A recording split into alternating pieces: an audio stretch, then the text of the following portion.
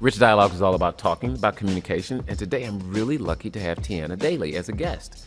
She's a senior account director for BAM, a full-service communications agency. And you know what? We're going to talk about something that we all need to hear. Mask.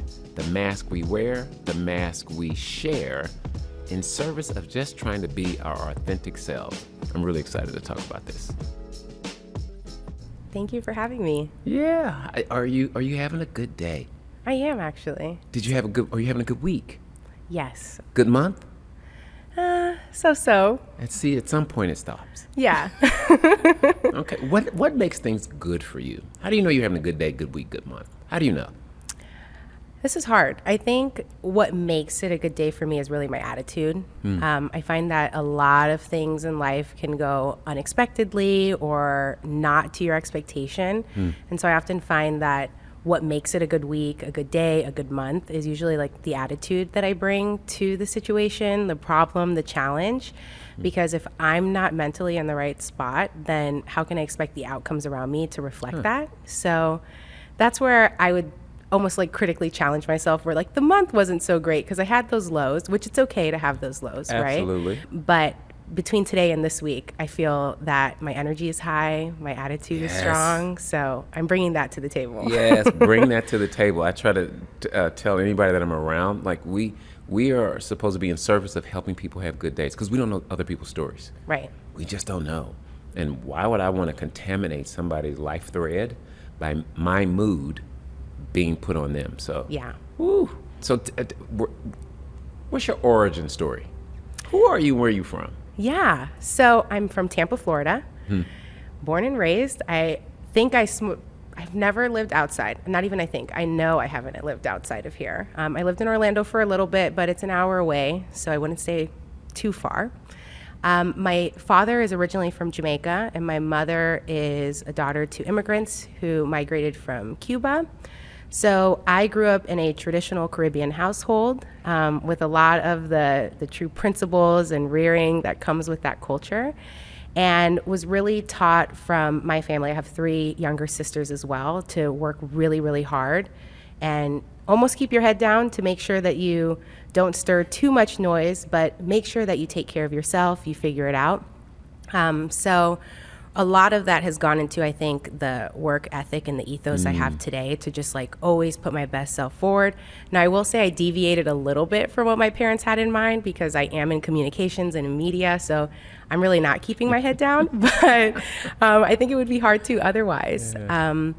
My father served in the military and was a police officer for 30 years, so I grew up in much of a conservative household and kind of taken into those principles as well, into a lot of the things that I do. Yeah. And being here and kind of growing and grassrooting out of Tampa, we don't necessarily have the opportunities that big metropolitan, cities have. So I feel that here I've made a lot with a little. I think big fish, little pond, or I guess big fish, small pond is really the analogy here in Tampa Bay. So spent a lot of time doing that. Definitely here. Okay. And, I share some of the background with you, raised in a military household as well. And we don't recognize as we're growing through that phase how much discipline it is teaching us about what it means to be structured. Yeah. Most people, we don't recognize it as we're going through. We're just going through it. And I think as I continue to do this work, you think about a person's race and their identity and their culture and their heritage. The intersection of those actually has a person show up a certain way. All the time, every single day. And we were talking before you got on about just your infectious smile. Do you use that smile? I do. I think sometimes too it could be a mask. I think just to make things okay. I think in a way it almost inspires my attitude sometimes, but I feel like I do use it most of the time for good, and it's genuine, and I'm genuinely happy to be here or there or in the circumstance or positive. But sometimes I feel like it's a default too, it could easily be like a cringe smile, and you're like, okay, and it's still there too. Let's talk about that for a second. So who's the smile for? Is it for you to help you, or is it for the other person as a mechanism for them? Who's the smile for?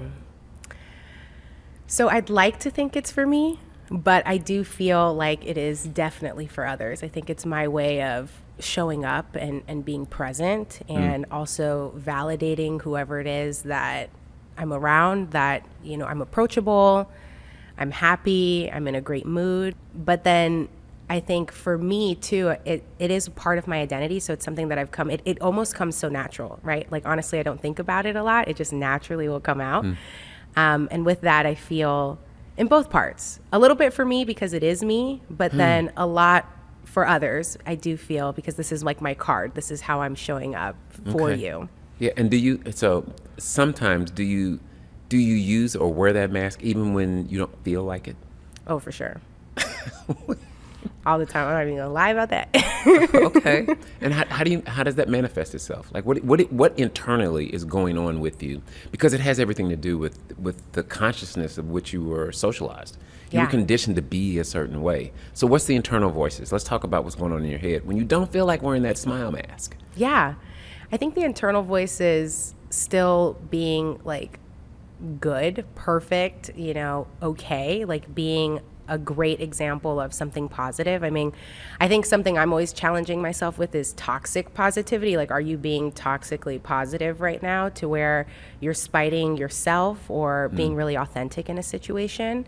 I think also just growing up in my household, in my family, and just having that background into how I should be prepared. I should always come and be available for the opportunities. I think also too, being a woman of color, you're always just taught to be, the token, the good example of what a situation is. And I find myself going to that smile so that I'm not equally that, angry woman of color, and I'm not showing emotion that would be perceived negatively that could dampen the perception of me or how others feel about me. So in that way, I feel that that's the psychology in my head about keeping the smile is I want to be positive, right? I want to keep the waters calm. So by smiling, there's not a problem, right? No one has the permission to say, well, what's wrong, right? A lot of people don't really ask that. They're like, oh, you're happy? Okay, cool. That's it. You're happy, Yeah. And I think that there are just a lot of times in people's lives where sometimes they get into these default mechanisms to show people other things and then realize they haven't shown anybody anything. Yeah. And then they get called into a different kind of conversation. It's like, I've been around you for a long time. I really don't know anything about you. I can't read you, et cetera, et cetera. And I think, and I'm sort of curious about your opinion. Do you believe that masks are helpful or harmful from the wearer's point of view? What do you think? I think it's really harmful. And it's interesting that you asked this question now, because as of late, I've been watching TikTok videos, which I hate to say, like, you don't want to find it on TikTok, but you do, right? Really? Well, it's a mix of TikTok, a mix of social media. And I'm really thankful for the work that a lot of therapists are doing to really highlight that masking is indeed harmful, because it prevents you from actually showing up in your most authentic way. So you think that, hey, I'm giving you a mask and really to make you feel good, but like, how am I making myself feel good? How am I protecting my boundaries? How am I conveying how I feel? How am I potentially making progress in a relationship I have with you so that I can better myself or I can meet my own needs? So I'm constantly challenging that sometimes. It's like, especially now in my career where I feel the confidence now to stand in my way, whereas before I felt like I had to keep my head down just to present myself with opportunities. I'm like, maybe it's time to strip this mask. And every new opportunity I get, I'm like, is this an opportunity to stand up for yourself? It's okay to be disappointed. It's okay to be angry. It's okay to express yourself in a way that doesn't seem positive, because that I think will inspire people to act in the ways that I personally need, right? But then also too, if I am validated in what I'm saying, which most of the time I feel myself to be very diplomatic, it could actually inspire a bigger change that's beyond me and can help, other people as well. Yeah, like you say, therapists are doing this work now. A lot of coaches are in this space trying to help people navigate, the diversity of masks they wear. Yeah. Because we wear all these different ones. Sometimes, since you're in this space and, social media, and you write copy and you tell stories, I don't know if it's good or bad. I think social media is just one big mask. People aren't being their true selves. No, ever. they're not. It's Ever. just this thing they want other people to perceive them as. And then we sort of get into this tug of war between how much more of an inauthentic version will you see so you will follow me. Yeah. Like, how do you manage that? You write copy. Like, you help people tell stories. Yeah. Which story are you telling?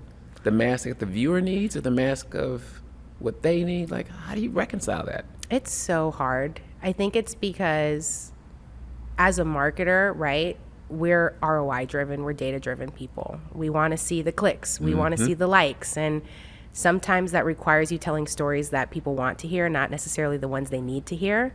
And so I personally find it's hard to vet what is authentic. But what I usually fall back on is actually building relationship with people, because if you take everything for face value, it's going to be exactly that, right? It's going to be very flat and one-dimensional. Whereas if you take the time to get to know people, the subject, and like you live in that experience, I feel that inevitably all you can do is tell the truth. All you can do is tell the real story. You don't really have almost the energy to give to the fake or the mask, you know, because you're like, wow, there's like all this I have to share, this detail. But it's challenging. There have been some instances in my career where I've had to tell stories that I don't align with, and I don't feel like I had the full perspective to tell it authentically.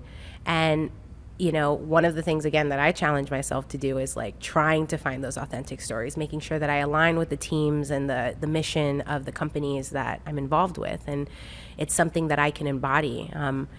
My work at Inbar Collective was one where I feel was the best example of me leaning into something that really aligned with me. I mean, when I was helping the founding team, I would go into every room and preach about how amazing Tampa was and why this was the place to build a startup. I think I could have been a poster child for what it was to build a venture here. And then in other roles after that, I just felt like I wasn't so passionately aligned, and you could see the mask kind of melt away. And then it's more of a frown. And then I'm like, well, this is time for reflection. Is this for you? Is this not? Is this who you really are? Is this what you want to represent? So I find that storytelling and being authentic really has to resonate deeply within. It can't just be something that you're doing because other people want you to do, which is so hard because everyone wants to be accepted and loved and admired. And we're in a society where people, just the chemical reaction that we get when we get a like or we get a follower. Right. And if I sort of hearken that back into life in general, so let's say there were no social media at all, we do it in our life anyway. We're all these different versions of ourselves for other people so that we will feel comfortable that they are comfortable around us. Yeah. And what I want listeners to sort of think about is when people say be your authentic self, is that which authentic self are you willing to release to the world? And so I'm going to ask you that. There's a version sitting across from me right now, and there's a version you use at work. Who's the original you? You're asking a hard question. I honestly say, and this might sound crazy, I might listen to this in post and be like, why did you even say that? But who I'm bringing here and who I bring to work, I do feel is different than who I actually am. And I am in the process of exploring projects right now through creating video content so that I can really lean into the person I am. I think for a long time, I've created this outward persona that makes other people feel comfortable. And I'm starting to get to that crossroad where I'm like, but are you comfortable with this story? And I don't know that I am, you know? Yeah. So what I'm really excited about at this point of my journey is this discovery phase to be that. I mean, in some parts, yes, I'm not going to sit here and say like, oh, I'm giving y'all a completely fabricated version of myself. This is very much I'm authentically being here. Yeah. I'm happy to be here. I'm excited. And in most instances, I am. I work really hard to find alignment in the things that I'm doing and the person who I am. But you know, there is me growing up in Tampa. There's the little slang that I have with me that comes here, right? There is this just like unfiltered version of me that sometimes it doesn't feel extremely comfortable to bring out to other people. And I think it's maybe because I'm afraid of rejection or lack of acceptance that they may have towards me. And I think because personally, I have a high regard for other people's opinions of who I am, just as a professional, as somebody who's growing in leadership and who wants to make a difference. I think inevitably everyone's always battling with when is the right time to show the real me. And not that you're never not showing the real you, you're just showing versions of yourself. Yeah, and those versions take a toll. Yeah. Like having to toggle back and forth between version after version after version after version. And, the question about like who's the original you, a lot of people struggle with. I don't know who the original me is, because at best, I am copying. I'm a copy of somebody. Mm-hmm. I'm a copy of the totality of my lived experience. I'm a copy of my military upbringing. Yeah. I'm a copy of my brothers. I'm a copy of the people who were mentors in my life. And so sometimes we have to get into the conversation, which is really about a person's identity and their culture. It's like, who are you copying? And are you okay copying that person? Because as long as you're copying somebody else because they were accepted in a different context, we think we're okay. Yeah. In reality, we wind up being very disappointed later in life. It's like, I've just been a copy most of the time. So, the search for the original you is this part of discovery that you're talking about that will always be with us. Yeah, totally. Like, forever. We're gonna wake up one day and go, I thought I already knew the answer. And now I'm something else. Yeah. Have you evolved over time? So have the versions of you grown up? I don't know if it's so much grown up. I think it's being more confident, revealing more of myself. I think innately, and I may be projecting here, I think everyone has an idea of who they are, right? Like, that's the person that you want to show up as. That's the person you emulate. That's who you strive to be as you create goals. That's the person you want to be. And I think you just move through your life gaining the confidence or potentially the validation that that's okay to be that person. And the validation is the side everybody wants, right? Like, oh my God, yeah, you're celebrated for being you. But then the confidence is you might not be validated, but it's what feels good to you, Yeah. So I find that I'm not necessarily like growing up or growing into that person. I'm just being more comfortable with who I am, who she is, and in that way. Yeah. Have you ever been the recipient of biases, or any type of bias that has impacted your sense of self-esteem, your confidence, your morale, your self-actualization journey? Any of those things happen to you? Certainly. And I'm a person who has beholden my identity to career.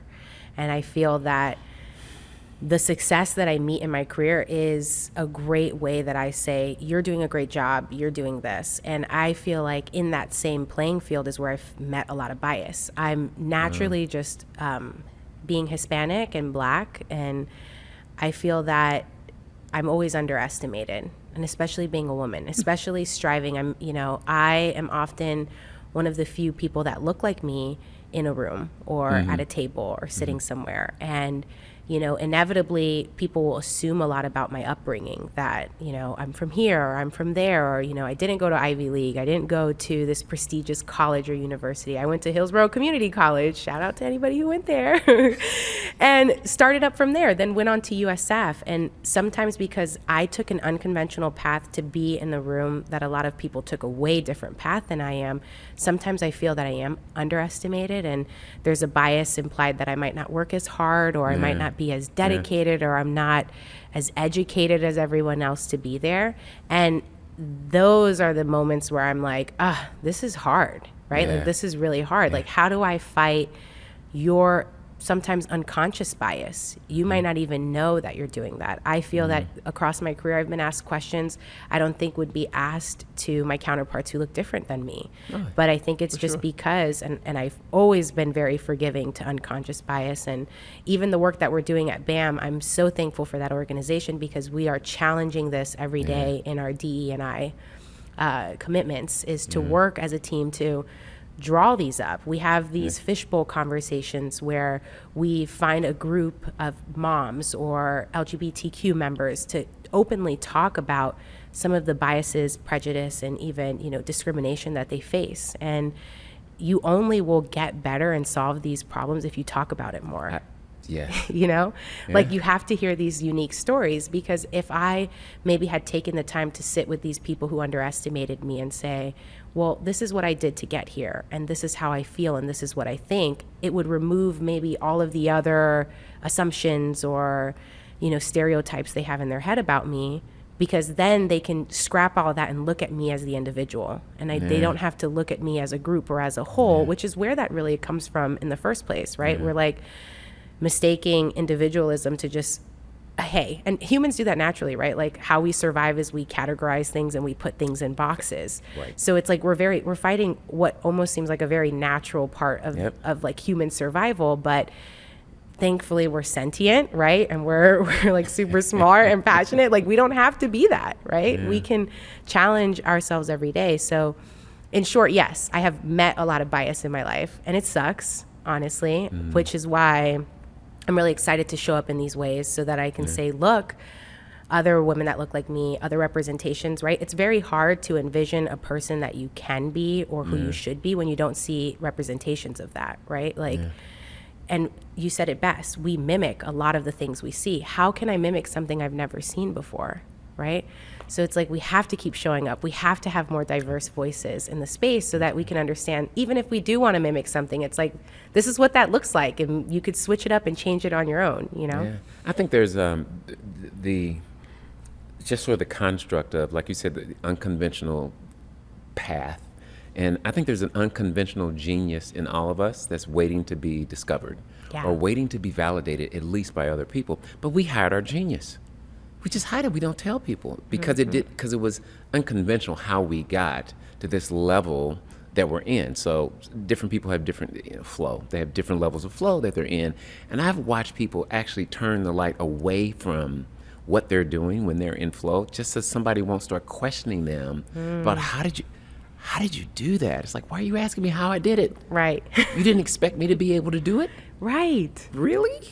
Yes. So how do you sort of walk in your own light unapologetically? How do you do that?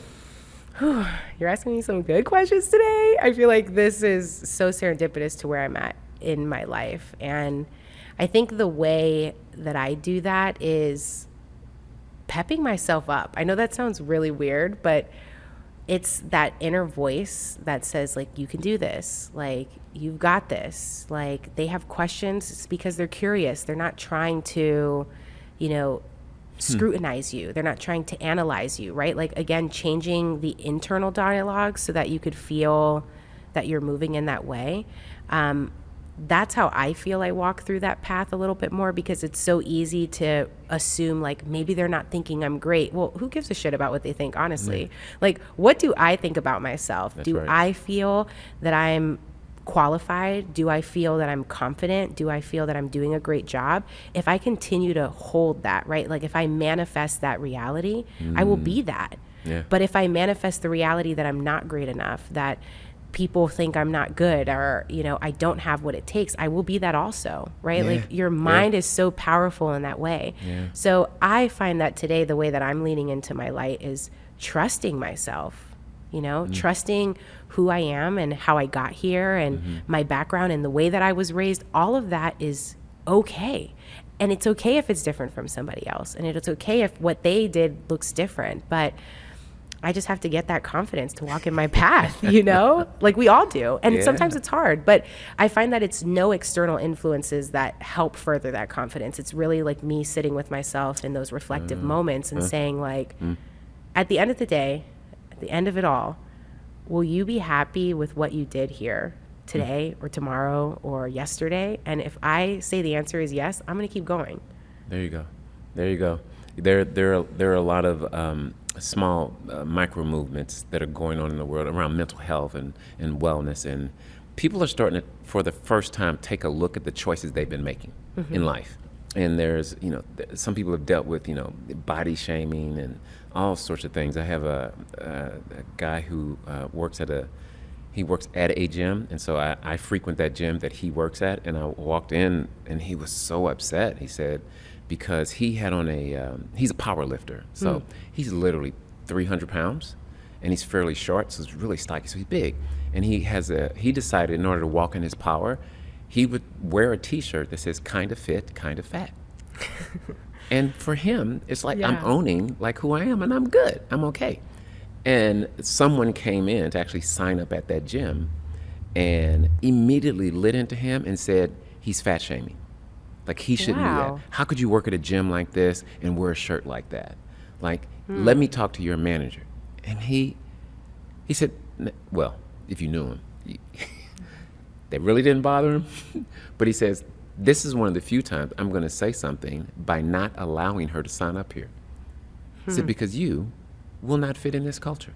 Yeah. He had to take a stand in service of him staying in the light, because he could have easily went down the apologetic route, put on the mask, went and changed the shirt. It's like, no, I am kind of fit and I'm kind of fat. Yeah. And I'm okay with that. Yeah. So I think about the reflections we sometimes, the stories in our head when we see our reflection. So we look in the mirror, we see a reflection, and what we're supposed to see is who we are and be okay with that, versus look at our reflection and actually inspect it and then disrupt it based on who we're about to be with that day. Yeah. So I need to look like they need me to look, and we spend time changing and constructing the masks to put it on. So how many masks do you think you wear in any given day? How many? Man. Okay, so I'd like to say one, right? So that I feel like it's easy. But maybe like 3 or 4, right? Like, I'm wearing a different mask when I go meet with my personal trainer. I'm wearing a different mask when I go to work. I'm wearing a different mask if I go to a happy hour after work. I'm going, and maybe again, it's like, as I start to sit here, even in this conversation, or reflect, I'm like, it does require me to change and configure myself for each of those, where I think, honestly, where I would find a lot of peace in my life is just being me all the time, right? And I really admire people who show up like that, sometimes out the gate. And some people take it as ignorance or naivety, like, oh my gosh, like they have no tact in the room. I'm like, no, actually, we should all be more like them. Like, could you imagine how effortlessly it is for them to stand in any one place and they are genuinely themselves every single time, and then they can take a stand. Something I've always thought about is, like, what do they say? If you stand for everything, you stand for nothing. And I remember as a teenager, I heard that a lot, and I was like, I had this moment, I was like, oh my God, I stand for everything. I'm like, okay with everything. I could be anybody in any room. I could be a chameleon. And then, I still, every couple years, ask myself, well, like, what do you stand for? And I'm like, I don't know. That's a deep question. I'm not entirely sure. And I think once I'm able to say, you know what, this is what I firmly stand for, well, I feel that I've met where I can just wear no mask. I could just be me, right? Like, I don't have to have a mask in every single room. So I still find that to this day I do. I'm still treading lightly. I'm so thankful for the inroads that have happened that allow more diversity. Like, so many organizations are pledging to do DE&I. We have social media that allows for all these stories to take place, but there's still a lot of work to be done to celebrate and honor authenticity and the genuineness of people. Yeah. Okay. So if you look at the work you do, so you're in comms, right? So how do you use your work to serve marginalized or underrepresented groups? Like, how are you leveraging that gift you have in that space, and whether you call it a calling or not, but that's where you are. Yeah. So how do you use that to help these groups? Activities like this, really, I don't know that it directly translates into the work that I do, aside from representation. Like, literally just me being in that role or in that space, I think, is one way I show up, right? It's pulling a seat up to the table. Even if I have to elbow my way in, it's making a space for myself. That's one way I do that. But I think it's the things I do in complement of it. I think because I have the title of a marketing expert or a growth specialist or a coach, am I able to then find opportunities where I could speak more openly on a world stage? I actually, surprisingly, am not super active on social media. I'm pretty much private, but I love using vehicles to educate. I'll host free webinars. I'll do free presentations. I'm always willing to support other people. If, you're like, I need somebody to look over my presentation deck or read a press release. I mean, those are things that I truly love doing and I enjoy doing. And I think that's how I help other groups tell those stories. It's serving as someone who can gut check their work, etc. What I am personally working on is like outwardly doing this, wanting to make it more of a platform so that it's like, how does my unique story layer into the comms work I do every day? Yeah, so the comms work that you do every day, sometimes, I don't know if you call it fortunate or unfortunate, but you have these moments where you have to make a decision. And what I'm writing in service of this company align with my core values about what I believe. Yeah. So we think of the comms that people had to write, people in your spaces, after the murder of George Floyd, all of a sudden, comms had to go out for everything. Yes. And do you ever find yourself having to deal with making a choice on what you write in relation to why you have to write it? Yes, all the time. I feel that in a way, though, I almost use that as, instead of looking at it as like a super challenge, I'm like, how can I bring my unique perspective to add value here? Oftentimes I am met with a choice. Sometimes it's like, well, what would you say? And I'm like, why are you putting it all on me? Like I want to hear more perspectives, like, let's pull in more data. This is the diplomatic side of me. I'm like, well, what do you have to say? What do you have to say? What do you have to say?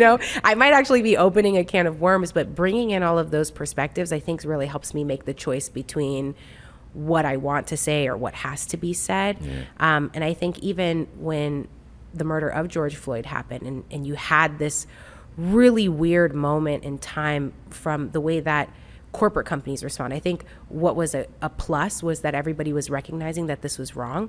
But I think as a result, I felt like companies were spinning up DEI initiatives. They were spinning up, commitments that were faulty and flat. And I think one thing that, I was able to do in that position was stand up and say, okay, well, great.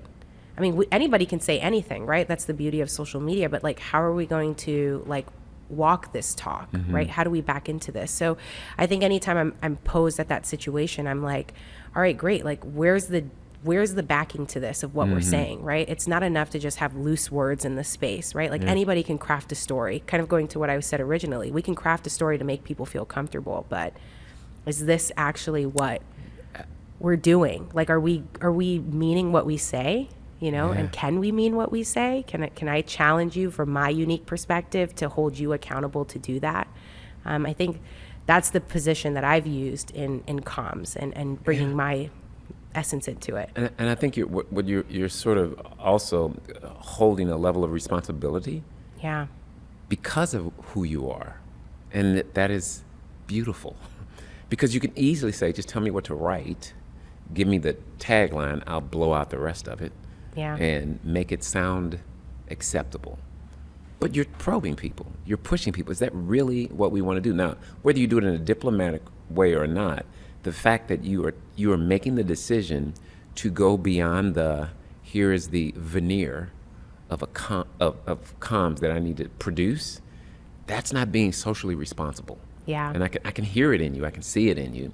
And I want our viewers to sort of just hear and listen that we all have an obligation to do better. Yes.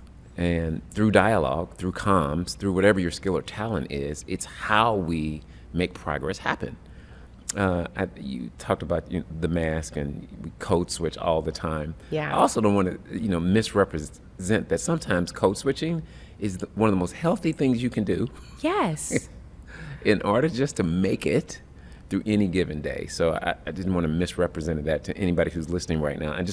I'm sure somebody has given you a mask to wear, and because they were able to give it to you and you wore it, it was helpful. Yeah, that's true. How many mentors and coaches do you have in your life?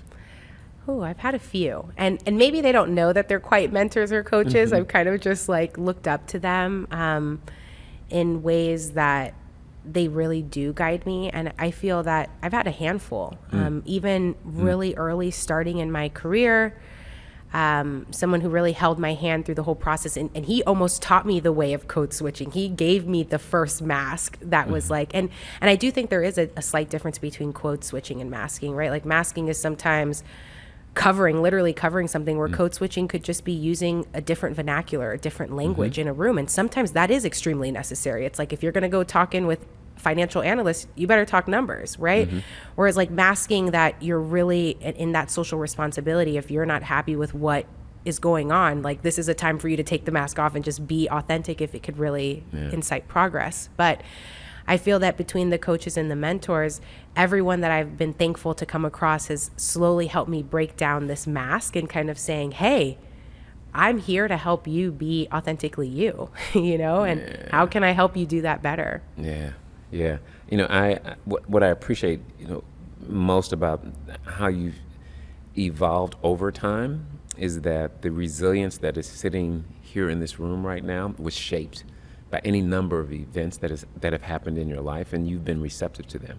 Yeah. I know there are life-changing events that happen to people, and they aren't receptive when they come, and they sort of hide from what the message is.